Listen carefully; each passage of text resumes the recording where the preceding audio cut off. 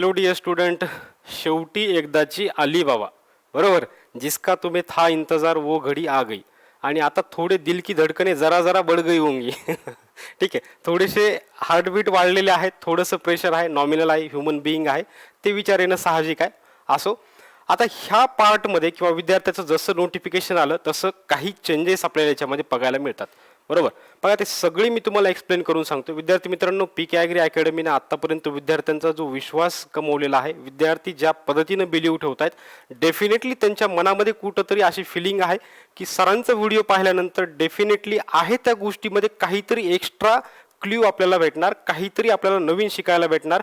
त्यामुळेच आपल्याला एवढा विद्यार्थ्यांचा प्रचंड रिस्पॉन्स येतोय. आणि तशाच विश्वासाची खात्री मी तुम्हाला आणखी एकदा देतो की हा व्हिडिओ सगळा पाहिल्याच्या नंतर डेफिनेटली तुम्ही त्या गोष्टी रीड केलेल्या आहेत, तुम्ही प्रॉस्पेक्ट वाचलेले, पण ज्या वेळेला मी एक्सप्लेन करेल त्यावेळेला डेफिनेटली तुम्हाला कुठेतरी तुमच्या कन्सेप्ट क्लिअर होतील आणि काहीतरी नवीन गोष्टी आणि एक वेगळ्या प्रकारची प्लॅनिंग नक्कीच तुमच्या डोक्यामध्ये येईल, याची खात्री 100% आहे. त्यामुळे व्हिडिओ शेवटपर्यंत बघायचा. क्लिअर. चला, याच्यामध्ये काय काय बघतोय बघा. आपण इम्पॉर्टंट डेट्स बघतो. ह्या फक्त फॉर्मॅलिटीज आहेत. तुम्हाला ते डेट्स वगैरे हे तर डेटा आपल्यासमोर आहे. मेन आहे इथं चेंजेस इन सिलेबस. सिलेबसमध्ये चेंजेस का झाले, कसे झाले, किती प्रमाणात झालेत, कसं त्या चेंजेसला ॲक्लिमेटाइज करायचं, हे सगळ्या गोष्टी मी तुम्हाला इथे एक्सप्लेन करणार आहे. बाकी एलिजिबिलिटी काय आणि अदर पॉईंट असे जे काही इम्पॉर्टंट असतील ते. आणखी एक गोष्ट, माझा हा व्हिडिओ 2 पार्टमध्ये कव्हर होणार आहे. पहिला सिलेबसमध्ये झालेले बदल आणि दुसरा जे आत्तापर्यंत म्हणजे तुम्हाला फॉर्म भरताना किंवा फॉर्म फिलअप करताना काय काय छोट्या छोट्या गोष्टींची काळजी घ्यायची, ह्या 2 पार्टमध्ये व्हिडिओ मी कव्हर करणार आहे. समजलं. पहिला भाग आपले सिलेबसमध्ये काय काय चेंजेस झाले त्या दृष्टीचा असेल. चला, मी त्याला सुरुवात करतो. पण आता इन शॉर्टमध्ये सगळ्यात अगोदर ना, मी तुम्हाला स्टार्ट करण्या अगोदर इथे काय माहिती आहे, जी कुठली तुम्ही आता एक्झाम देणार आहात, बघा शांततेत व्हिडिओ आहे का, टोटल शेवटपर्यंत तुम्ही व्हिडिओ आहे का बघा. जी कुठली आपण आता एक्झाम द्याल, फॉर एक्झाम्पल तुम्ही ॲग्रिकल्चरची द्याल, फॉरेस्ट्रीची द्याल, हॉर्टिकल्चर, इंजिनिअरिंग, फॉरेस्ट्री, सगळं ठीक आहे, होम सायन्स वगैरे, ह्या सगळ्या ज्या एक्झाम आहेत ना, यांचं डिस्ट्रीब्युशन बघा. 100% पैकी 2 भागांमध्ये डिस्ट्रीब्युशन झालेलं आहे. डिस्ट्रीब्युशन हे 80% अँड 20% असं झालेलं आहे. सर, हे 80% आणि 20% काय, थोडंसं एक्सप्लेन करतो. बघा, हे 80% विद्यार्थीच्या मनामध्ये हे आहे की आणि 20% काय. बघा, हे 80% मध्ये त्यांनी काय ठेवलेले माहिती आहे. फॉर एक्झाम्पल, एखादा विद्यार्थी ॲग्रिकल्चर BSc ऑनर्स ॲग्रिकल्चर त्याचा झालेला आहे आणि तो MSc ॲग्रीसाठी CET देतोय, तर तशा विद्यार्थ्याला 80% सिलेबस हा BSc ॲग्रीचा राहणार आहे या एक्झाममध्ये, राईट. आणि हा जो 20% त्याला सिलेबस राहणार आहे, हा त्याला अदर स्ट्रीम्सचा राहणार आहे. सर, आम्हाला हे माहिती होतं, पण आत्ता जी गोष्ट सांगतो ती लक्षात ठेवा. अदर स्ट्रीम्समध्ये ह्या 20% मध्ये कुठल्या स्ट्रीमचा सिलेबस राहणार सांगतोय, जे विद्यार्थी MSc ॲग्रीची CET द्यायला इलिजिबल असतील त्यांचा सिलेबस याला राहणार आहे. फॉर एक्झाम्पल बघा, फॉर एक्झाम्पल आता जे विद्यार्थी MSc ॲग्रीमध्ये CET द्याल ना, त्या CET द्यायला कोण कोण इलिजिबल आहे बघा. त्यांना आहे horticulture, forestry, agri, biotech, ABM, हे सगळेच ती एक्झाम द्यायला इलिजिबल आहेत. म्हणून ॲग्रिकल्चरच्या एक्झाममध्ये MSc ॲग्री CET जी एक्झाम आहे, त्या एक्झाममध्ये 80% सिलेबस हा ॲग्रिकल्चरचा आहे आणि 20% सिलेबस ह्या अदर स्ट्रीम्सचा आहे. यांचाच का ठेवला, कारण हे विद्यार्थी ती एक्झाम द्यायला इलिजिबल आहेत. बघा, हे 20% वेटेज जे आहे ना, हे तुम्हाला असं हॉर्टिकल्चरमध्ये नाही पाहायला भेटणार. बरोबर. हे असं वेटेज तुम्हाला हॉर्टिकल्चरमध्ये नाही पाहायला भेटणार. एक्सप्लेन करतो, थांबा. हे 100% आता विद्यार्थी देतोय हॉर्टिकल्चरची CET, बरोबर. हॉर्टिकल्चरची CET देतोय, तर त्याला 80% सिलेबस हा हॉर्टिकल्चरचा राहणार. Okay, clear. 20% सिलेबस त्याला कुणाचा राहणार, क्लिअर करतो. त्याला सिलेबस राहणार ॲग्रिकल्चर आणि फॉरेस्ट्री.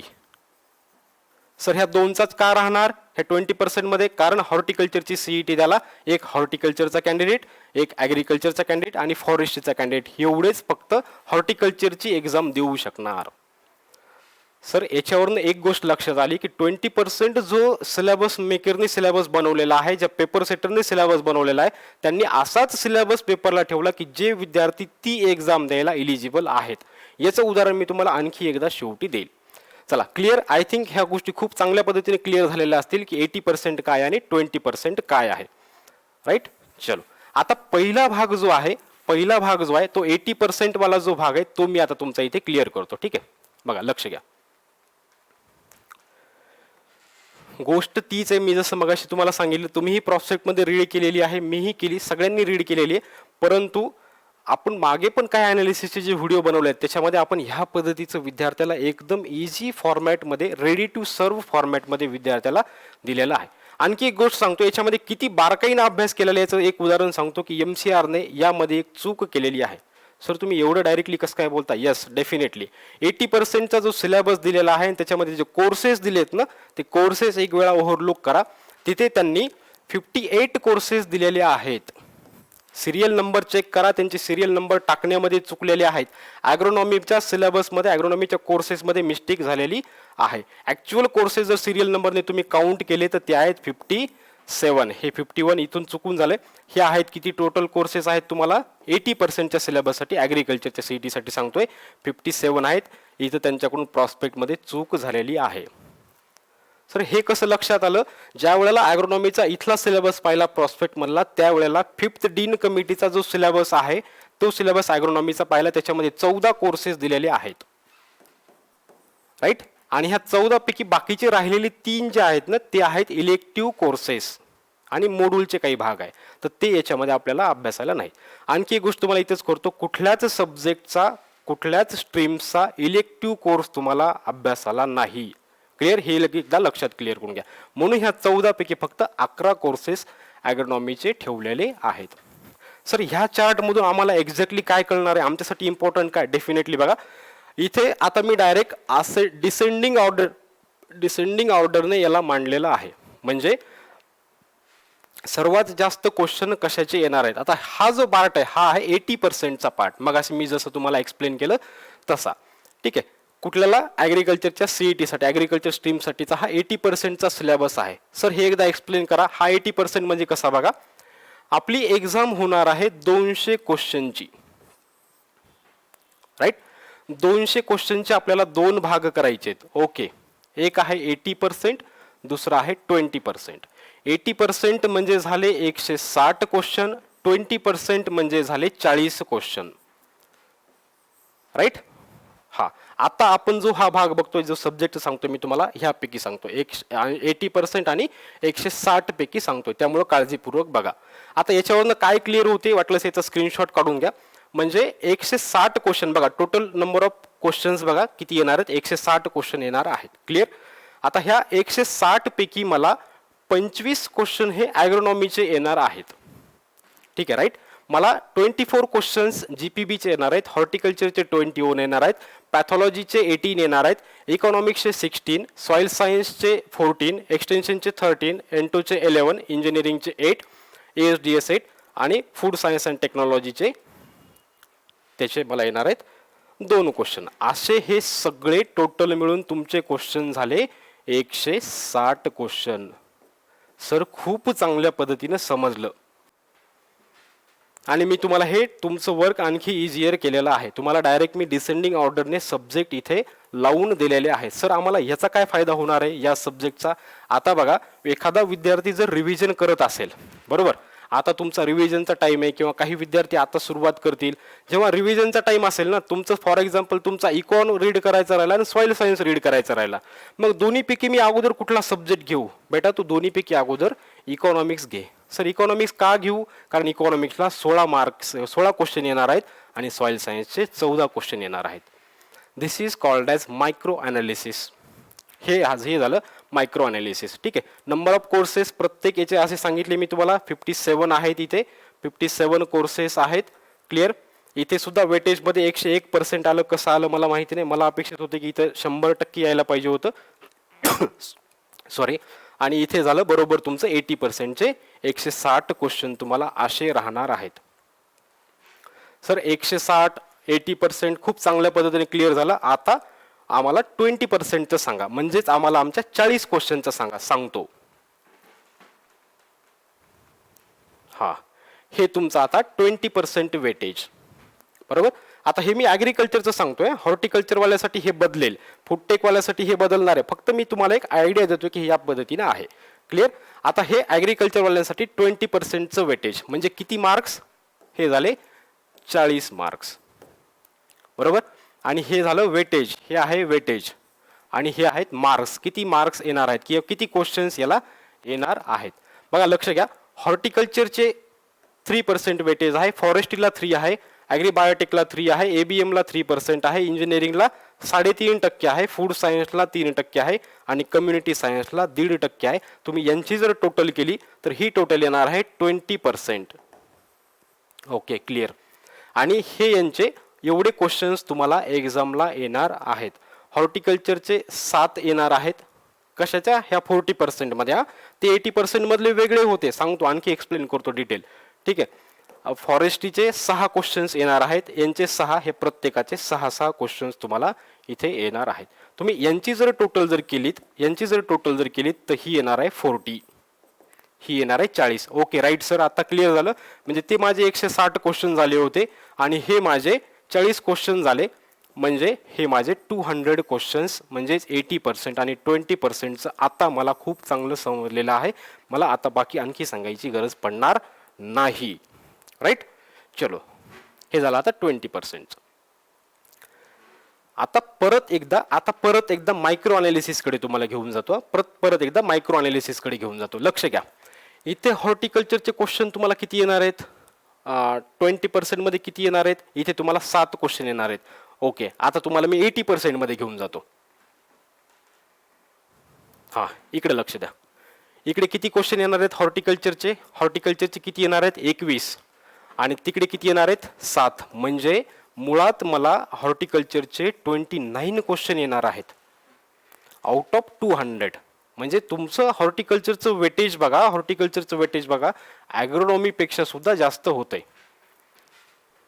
बरोबर, ॲग्रोनॉमीपेक्षा सुद्धा जास्त होणार, कारण 80% मध्ये इकडे मला 21 क्वेश्चन येणार आहेत, तिकडे मला याच्यामध्ये 20% 40 क्वेश्चन मध्ये मला 7 क्वेश्चन येणार आहेत. राईट. सेम तुमचं तसंच ॲग्रिकल्चर इंजिनिअरिंगचं सांगतो. ॲग्रिकल्चर इंजिनिअरिंगचे बघा इथे किती येणार आहेत, इथे येणार आहेत 8 क्वेश्चन, आणि तिकडे किती येणार आहेत बघा, इकडे किती येणार आहेत बघा, इकडे ॲग्रिकल्चर इंजिनिअरिंगचे येणार आहेत 6 क्वेश्चन्स, इकडे 6 येणार आहेत. म्हणजे ते 8 आणि हे 6 किती झाले, 14 क्वेश्चन्स. मुळात आपल्याला दिसताना किती दिसत आहेत, इथं दिसताना किती दिसत आहेत, 8 क्वेश्चन्स दिसतात, पण येणार किती आहेत, 14 क्वेश्चन्स येणार आहेत. This is called as micro analysis of everything. याला म्हणायचं की पद्धतशीर अभ्यास करणे, याला म्हणायचं की अनालिसिस. हा, आता मला क्लिअर झालेलं आहे सर की मला कुठले सब्जेक्ट प्रायोरिटीने घ्यायचे, कसा अभ्यास करायचा, ह्या माझ्या आता सगळ्या गोष्टी क्लिअर झालेल्या आहेत. आणि माझा इथं फर्स्ट पार्ट क्लिअर झालेला आहे सिलेबसमध्ये झालेल्या चेंजेसच्या बाबतीत. आता माझा चालू होतोय सेकंड पार्ट, जो की तुम्हाला एक्झामच्या दृष्टीनं काही छोट्या गोष्टी लक्षात ठेवायच्यात, जेणेकरून आपल्याला आपलं एवढ्या दिवसाची मेहनत जी आहे ती आपली मेहनत वाया जाऊ नये, त्याचा भाग आता मी चालू करतो. व्यवस्थित लक्ष द्या, छोट्या गोष्टी असतात, व्यक्ती चुका करून जातो. बघा, सेकंड इयर विद्यार्थ्यांचा सगळ्यात विचारला गेलेला प्रश्न, सेकंड इयर आणि थर्ड इयरचे विद्यार्थी एक्झाम देऊ शकतात का, तर ते ही एक्झाम देऊ शकत नाहीत. क्लिअर कट त्यांनी मेन्शन केलेलं आहे, सेकंड इयर आणि थर्ड इयरचा कॅन्डिडेट इथे एक्झाम देऊ शकणार नाही. एक्झामिनेशन फीसच्या बाबतीत बघा, एक्झामिनेशनच्या फीसच्या बाबतीत 800 रुपये ओपन कॅटेगरीसाठी, रिझर्व्हसाठी 600, अदर स्टेटसाठी 800. सर हे माहिती आहे, काहीतरी एक्स्ट्रा सांगा. एक्स्ट्रा एवढंच आहे की तुम्हाला 2 स्ट्रीममध्ये जर द्यायची असेल, फॉर एक्झाम्पल ॲग्रिकल्चरमध्ये द्यायची असेल आणि हॉर्टिकल्चरमध्ये द्यायची असेल, तर तुम्हाला वेगळा फॉर्म फिल करायचा नाही. No need to fill extra forms. Right. त्याच फॉर्ममध्ये तुम्हाला फक्त सिलेक्ट करायचे, मला ॲग्रीमध्ये द्यायची, हॉर्टीमध्ये द्यायची, फॉरेस्ट्रीमध्ये द्यायची, आणि त्याच्या मल्टिपल्समध्ये तुम्हाला ॲक्नॉलेजमेंटवरती दिसणार आहे. ॲक्नॉलेजमेंट म्हणजे पोचपावती. बरोबर, त्या पोचपावतीवरती तुम्हाला दिसणार की तुम्ही एवढ्या सब्जेक्टसाठी, एवढ्या विषयांसाठी परीक्षेचा फॉर्म भरलाय, तुमची टोटल फीस एवढी होती. ठीक आहे. अतिशय लहान भावासारखा एकदम समजेल अशा लँग्वेजमध्ये समजून सांगतोय. ठीक आहे, समजलं. वेगळा फॉर्म भरायचा नाही, फक्त ज्या याच्यामध्ये एक्झाम द्यायची ते फक्त मला टिक करायचे आहेत. तुम्हाला 2 ते 3 प्रकारचे कोड टाकायचे. एक आहे स्ट्रीम कोड, एक आहे ग्रॅज्युएशन कोड, आणि तिसरा आहे सेंटर कोड. सर काय बोलले, परत एकदा बोला. लक्ष घ्या, तुम्हाला 3 प्रकारचे कोड टाकायचे बाळांनो. एक आहे तुमचा ग्रॅज्युएशन कोड, ठीक आहे, फॉर्म फिल करताना येणार आहे, त्यामुळे हे केअरफुली टाका. दुसरा येणार आहे सेंटर कोड, आणि थर्ड आहे स्ट्रीम, एखाद्या स्ट्रीमचा कोड. ठीक आहे, स्ट्रीम कोड. असे 3 प्रकारचे कोड तुम्हाला फॉर्म भरताना टाकणार आहेत. काही घाबरू नका, ते येते वेळेस फॉर्म भरते वेळेस तुम्हाला ते सहजपणे लक्षात येतं. That that much we are matured. आपण तेवढे मॅच्युअर्ड आहोत की आपल्याला तेवढ्या गोष्टी समजतील. क्लिअर. चलो नेक्स्ट. या भागामध्ये इलिजिबिलिटीमध्ये थोडक्यात याचा अर्थ असा आहे की ICAR अक्रेडिटेड कॉलेजेस किंवा स्टेट ॲग्रिकल्चर युनिव्हर्सिटीमधले आणि महाराष्ट्रातला डोमॅसाईल असणारा कॅन्डिडेट याला इलिजिबल आहे. परंतु अदर स्टेट कॅन्डिडेटसाठी सुद्धा 2.5% रिझर्वेशन असतं. हे तुम्हाला कदाचित माहिती आहे नाही, आय डोंट नो. ठीक आहे. म्हणजे CETच्या जेवढ्या काही जागा आहेत त्या जागांपैकी 2.5% जागा ह्या अदर स्टेटच्या कॅन्डिडेटसाठी रिझर्व आहेत. So that candidate are also eligible to fill this form a part of this eligibility. Clear. चलो स्कीम्स ऑफ एक्झामिनेशन मध्ये इन शॉर्ट मध्ये सांगतो. 200 क्वेश्चन्स आहेत, 200 मार्क्स आहेत. एकदा भरलेला आन्सर परत चेंज करता येणार नाही. निगेटिव्ह मार्किंग याला ठेवलेली नाही. आपण कुणाच्याही नावानं कितीही टुक्के मारू शकतो. पावला तर पावला, कल्याण झालं. ठीक आहे. पण असं होत नसतं कधी. ठीक आहे, असं होत नसतं. नो निगेटिव्ह मार्किंग याला दिलेली आहे. इथे हा एक पॉईंट मी तुम्हाला एक्सप्लेन करतो. इथं व्हेरिफिकेशनमध्ये म्हणजे एखादा विद्यार्थी तुम्हाला शेवटी ते OMR शीट देणार आहेत, म्हणजे कार्बन कॉपी तुमच्यासोबत देणार आहेत की तुम्ही कुठल्या क्वेश्चनचं कुठलं आन्सर भरणार आहेत. कारण ते शेवटी आन्सर की सुद्धा डिस्प्ले करणार आहेत. मग आन्सर कीवरनं तुम्ही दिलेलं आन्सर आपल्याला चेक करायचं असतं.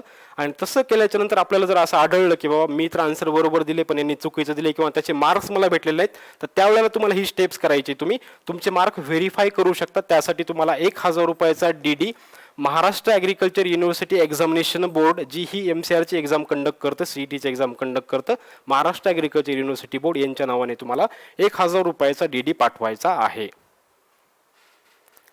दिस is about scheme of examination. Mark किती, क्वेश्चन किती, निगेटिव्ह मार्किंग आहे का, मला जर डाऊट असेल तर कसं कळणार, माझी सीट मला भेटणार आहे का, येस तुझी सीट तुला भेटणार आहे. क्लिअर. चलो राईट, व्हेरी गुड. एकदा भरलेला आन्सर परत चेक करता येणार नाही. आणि आन्सर जे लिहायचं, हे आणखी एक लक्षात ठेवा, आत्ताच सांगून ठेवतो. FCIची जी ॲडव्हर्टाइजमेंट आली, मला याचा भयानक अनुभव आला. बऱ्याच विद्यार्थ्यांनी तो व्हिडिओ बनवलेला आपण नंतर पाहिला आणि मग त्यांनी फोन केला की सर सही ब्लॅक पेननं करायची होती, लेफ्ट थंबचं इम्प्रेशन करायचं होतं, पण मी तुमचा व्हिडिओ नंतर पाहिला आणि माझ्या लक्षात आलं. त्यामुळे तुमच्याकडून ह्या चुका अपेक्षित नाहीत. ठीक आहे. ब्लॅक बॉल पेननेच आपल्याला ते आन्सर फिलअप करायचे आहेत. एवढ्या 20 सेंटरवरती तुम्ही तुमची एक्झाम देऊ शकता. बरोबर.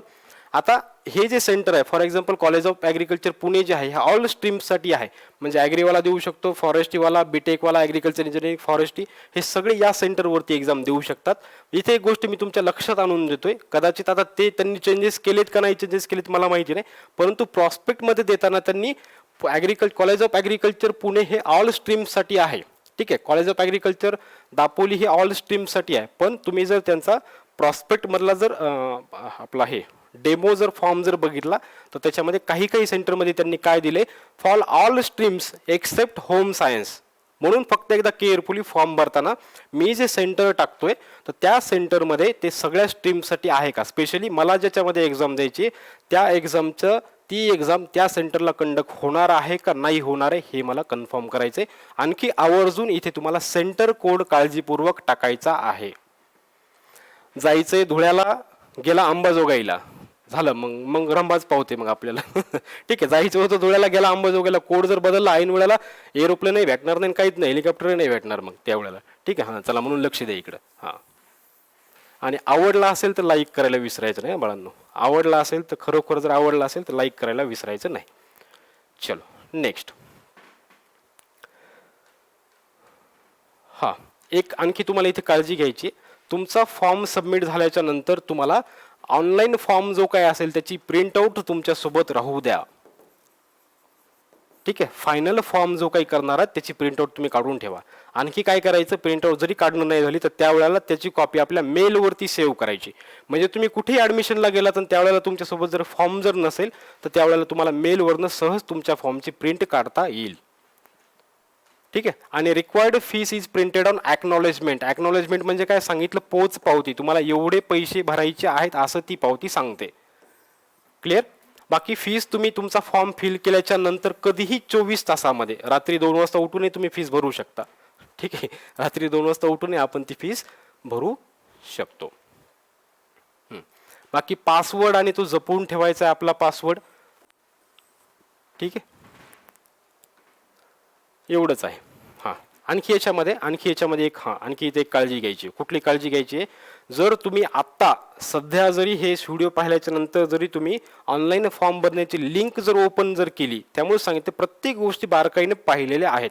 तुम्ही ती लिंक जर परत पाहिली तर त्याच्यावरती तुम्हाला एक टेक्स्ट दिसते की फॉर्म भरल्याच्या नंतर तुमची फीस सबमिट झाली का नाही हे चेक करा. असं नाही की तुमच्या अकाउंटमधून पैसे कटले म्हणजे त्यांच्या अकाउंटला गेलेतच. ठीक आहे, आपल्याला ते परत चेक करायचे whether that fees are submitted or not. ती प्रॉपर त्यांना रिसिव्ह झाली का नाही झाली ही आपली जबाबदारी आहे. त्यांनी ते क्लिअर कट मेन्शन केलेलं आहे. ठीक आहे, दुसऱ्या अकाउंटला पाठवले किंवा कुणाच्या अकाउंटला जर गेले तर आम्ही त्याला जबाबदार नाहीत असं यांनी क्लिअर कट मेन्शन केलेलं आहे. ठीक आहे, त्यामुळं गाफील राहू नका. छोट्या छोट्या चुकींची शिक्षा भोगावी लागते असं होऊ नये कुणाच्याच बाबतीत, कारण मेहनतीचं फळ भेटलं पाहिजे. राईट, चलो नेक्स्ट. बाकी ह्या टेंटेटिव्ह डेट आहेत. ठीक आहे, नोटिफिकेशन 20 तारखेला. ठीक आहे, 15/6 तुम्हाला लास्ट डेट आहे फॉर्म भरायची. फॉर्म भरणं झाल्याच्या नंतर पुढचे 5 दिवसापर्यंत तुम्ही पेमेंट करू शकता. ठीक आहे, तुम्ही पेमेंट केल्याच्या नंतर तुम्ही सगळी माहिती आम्हाला जशी अपेक्षित आहे का नाही, अशी भरलेली आहे का नाही हे आम्ही चेक करणार आणि त्याच्या बेसिसवरती इलिजिबल आहात का नाही याची लिस्ट आम्ही डिस्प्ले करणार 23 तारखेला.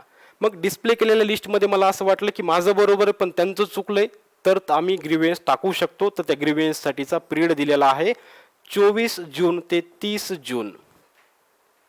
Right, clear. मग हे ग्रीव्हन्स तुमचे जर कन्सिडर झाले ते काही असतील तर ते फायनल डिस्प्ले लिस्ट करणार आहेत. ती 2 जुलैला पब्लिश होईल फायनल एलिजिबल कॅन्डिडेटची लिस्ट. ठीक आहे, ऑनलाईन ॲडमिट कार्ड येणार आहेत 20 जुलैला आणि 8 जुलैला आपला श्री गणेशा होणार आहे. 8 तारखेला जेवढा काही अभ्यास केलेला आहे, जी काही प्रचंड मेहनत केलेली आहे, जे काही डेडिकेशन आपलं देणार आहे त्याचं फळ आपल्याला 8 तारखेला भेटणार आहे. म्हणजे 8 तारखेला तुमची एक्झाम होणार आहे. This is all about tentative date. Tentative याच्यामुळे म्हटले की this are subject to change due to covid pandemic situation. बदलू शकते पण आता गाफील राहू नका. हीच डेट कन्सिडर करून अभ्यासाला लागा.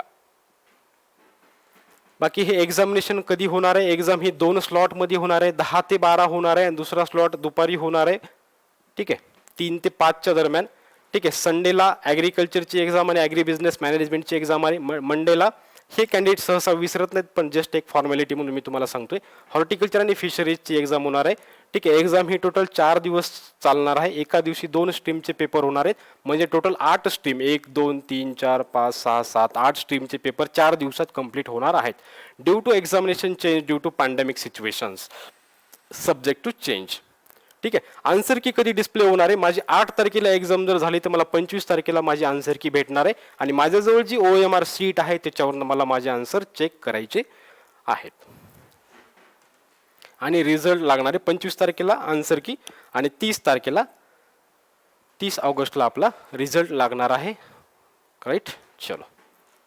हां, हे एक थोडक्यात सांगतो मी आता तुम्हाला. हे एक विद्यार्थ्यांना पॉईंट आहे बघा. क्लिअर करतो मी तुम्हाला बघा. 80% फॉर एक्झाम्पल आता ॲग्रिकल्चरचा कॅन्डिडेट आहे. ठीक आहे, CETचा सब्जेक्ट त्याचा ॲग्रिकल्चरचा आहे आणि तो ॲग्रिकल्चर ग्रॅज्युएट आहे. ठीक आहे, तर त्याला 80% क्वेश्चन हे ॲग्रिकल्चरचे येणार आणि 20% क्वेश्चन हे या स्ट्रीमचे येणार. सर या स्ट्रीमचे 20% का ठेवले?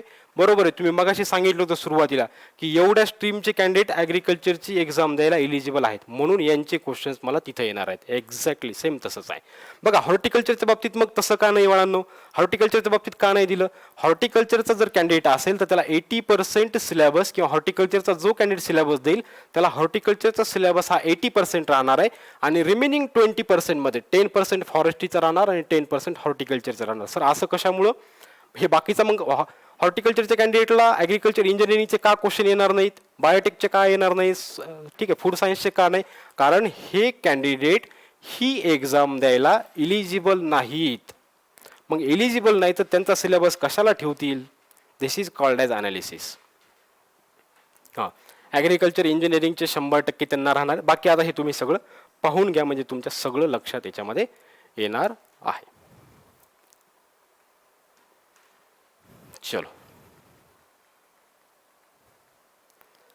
ऑलमोस्ट माझ्या साईडने प्रत्येक साधा पॉईंट अतिशय समजेल अशा लँग्वेजमध्ये एक्सप्लेन केलेला आहे. या व्यतिरिक्त जर तुमचे जर काही डाऊट असतील तर डिस्क्रिप्शन बॉक्समध्ये, व्हिडिओ आवडला असेल तर लाईक करा आणि डिस्क्रिप्शन बॉक्समध्ये मी आपली फेसबुक, ट्विटर, यूट्यूबचं तर आता बघतायच, इंस्टाग्राम, टेलिग्राम, त्यानंतर व्हॉट्सअप या सर्वांच्या लिंक दिलेल्या आहेत. तिथे तुम्ही तुमचे डाऊट विचारू शकता किंवा तिथं आमच्यासोबत तुम्ही कनेक्टेड राहू शकतात. ठीक आहे विद्यार्थी मित्रांनो, मला जर भविष्यात वाटलं की विद्यार्थ्यांना आणखी, किंवा तुम्ही कमेंट करा की सर ह्या बाबतीत आम्हाला थोडं समजलं नाही, ते एक्सप्लेन करा. I am always ready for you. ठीक आहे, तुम्ही फक्त कमेंटमध्ये टाका की सर याच्यावरती सांगा, किंवा हा पार्ट समजला नाही, किंवा कुठलाही या माध्यमावरून तुम्ही आमच्यासोबत कनेक्टेड राहा. डेफिनेटली मी त्याचा आन्सर देईल. ओके, चलो थांबूयात. Thank you so much. Wish you all the best.